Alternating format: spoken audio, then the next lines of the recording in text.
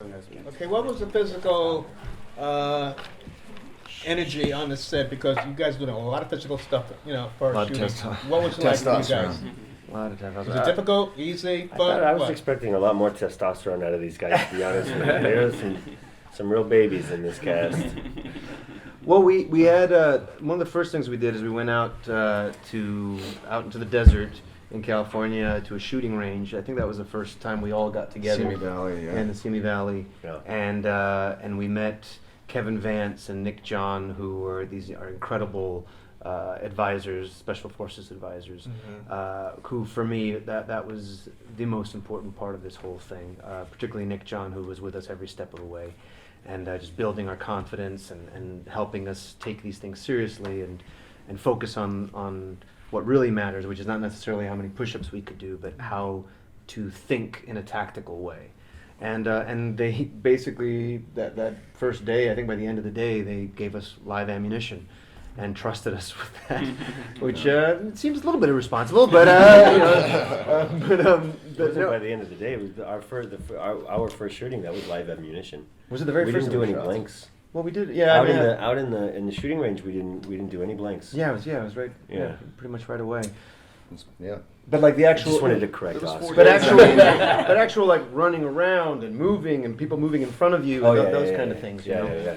yeah. More than just training, this movie is all about the bond between a unit. I just wanted to know, did your bond as a cast come out through that training, or did it come through on screen shooting the movie? Well, all of us have known each other in different facets. This was Oscar and I's third film together. We've known each other 10 years, I think. I've known you for about 45 years. Yeah. You and Charlie. I was there. I delivered Oscar.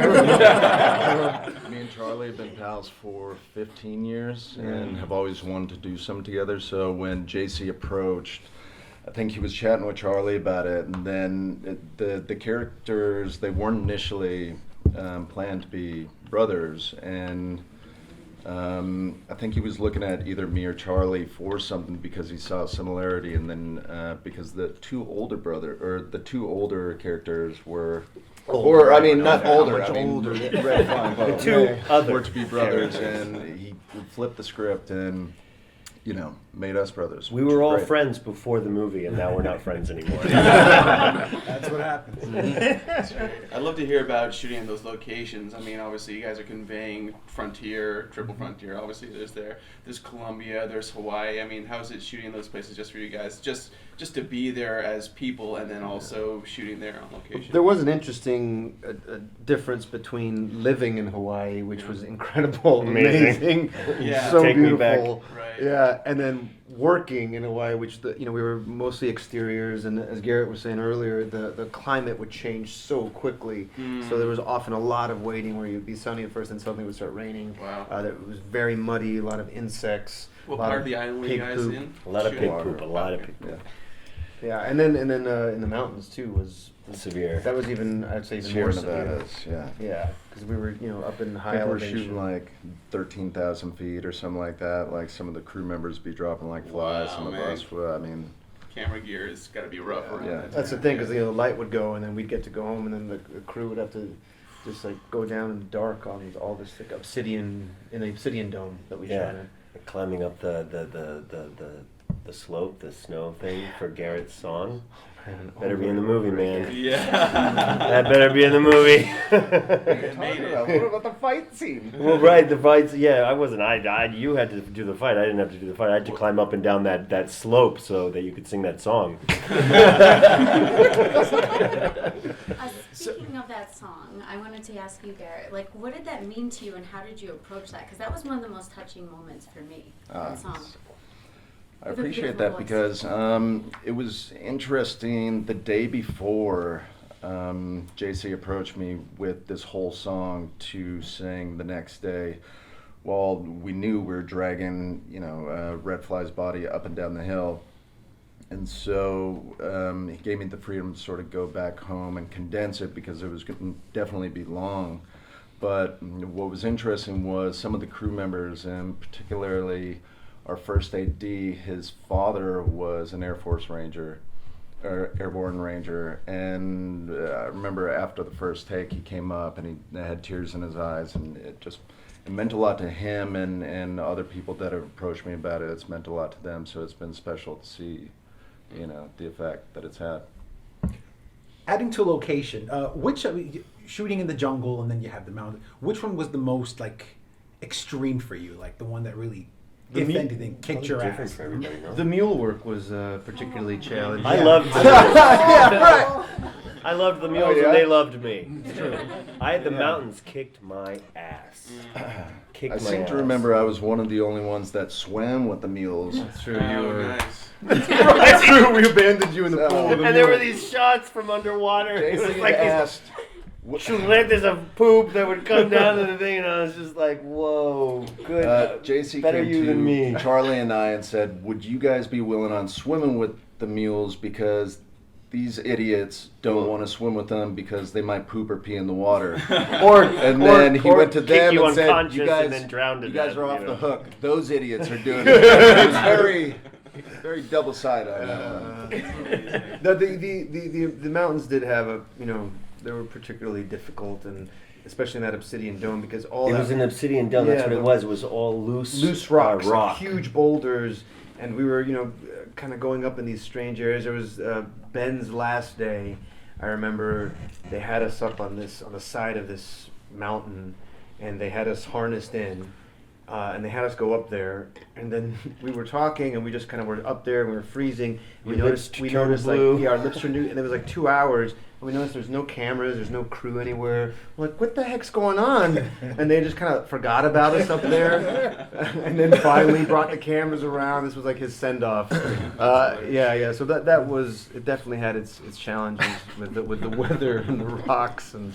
You were mentioning about swimming. You used to do competitive swimming as a kid, didn't you? As an 11-year-old. I was to say, how come you didn't join in and say, I'll do this? Yeah. Yeah, there weren't any horses in the swimming pool, any mules in the swimming pool. We were, going to state championships. But yeah, I was 11 years old.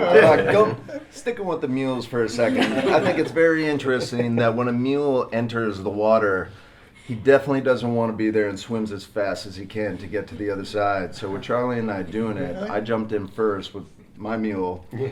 Charlie's mule was trying to keep up to my mule, and watching Charlie try and keep up to his mule was one of the funniest things I've probably ever seen. They swim fast. Good for the outtakes. Were there animal trainers on set, or Nope. Of course there weren't. There was some very keen, energetic animal trainers. Yeah. I like that there were Mule handlers. Mule handlers, yes. Mule wranglers. Wranglers, that's the word. Yes. I like that there were quieter moments in the film where we got to know your characters as human beings. I'm wondering, who do you think is ultimately responsible for opening the window into a character's soul? And you all bring charisma to your roles too. What is charisma? Can you detect your own charisma?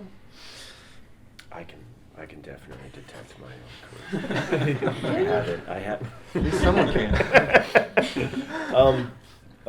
Geez, what a question. I think that there's so much serendipity that will go into, I guess, any project. And with this one, there were a lot of changes in cast. And I was like 8th string on this one. I was deep on the bench. When I got 8-tier called up. casting? Yeah, 8th tier. Yeah, and so meant to be ultimately, because we do all know. I did my first professional play in New York with Oscar like 14 years ago. I know Garrett through Oscar. I know Ben through Matt, and Charlie I met when he was like 19 and just coming out to LA. And so the fact that, for me anyway, all of these kinds of connections put us into an ensemble cast on the mountains, in the jungle, in the water, and you kind of, every job has its own thing to show you and teach you, and then you kind of have to find your entryway through that, I guess, in terms of opening our souls to the character, which is something you just hope that happens, really. Yeah. And I remember when you called me, I was in New York, and you're like, come on, you gonna jump on this mission, buddy? And I was unsure, and he's like, look, I've worked with JC, and I knew JC, you know, prior from like Cam back when he was doing All His Lost. He's like, look, he allows improv, like it's really sort of easy set, that like collaboration becomes something very creative, like there's room to kind of build on these characters, we can all organically grow. And I said, yeah, but you don't understand. Like I did 4 brothers, now I'm 34 and I'm still playing the younger brother. Like, it's gonna be a decision. You look good, man. What can you do? So what is charisma? Last question. What is charisma? You all have it. You all have it. So that's why I think that, you know, that JC was inviting, if he saw, you know, any 2 characters having sort of any sort of, you know, negativity towards each other, 2 were getting along a little more, he was really opening the door to that. Like he wasn't trying to break anybody's, you know, struggles between each other up. He was secretly sitting back there and be like, I can use this. Yeah. And all that's the all kind of nuances of an ensemble. Yeah. And I think for me, like the idea of charisma tends to be not something that's just like existing in one person, but it comes out in their interactions. And I think at the root of it, there's a sense of generosity. And I think particularly with these 2 guys, they're incredibly generous actors and generous people. And so that, you know, when you see them interacting with, you know, their environment or just their own thoughts, there's just a generosity of soul that I think draws you towards them. You know? And just real quick, sequel possibilities, because the door is open a crack at the end of this. So. Let's see how that goes with the streaming, right? I hope so, man. It's a fun ride. See if there's any memes or what did they start? Audrey in Australia, I'll watch that movie. Yeah, exactly. What did they start doing with Bird Box? Like the Bird Box? Let's see if there's any triple frontier the mule challenges. challenge. The mule challenge. Swimming with the mules. I put it out there first. Well, if you guys did have to step back into your character and like you guys met, you know, 6 months down the road, how would your characters recall the journey that they went on? Probably not so good. Catfish. I would have one line in the movie, and Catfish would be like, "Get the fuck out of my house." No screen time. So that's the sequel. Yeah. Get off my porch. Yeah, you don't even see my face. You scare me behind the door. Get off my porch. Great. Thank you guys. Thank you. Thank you.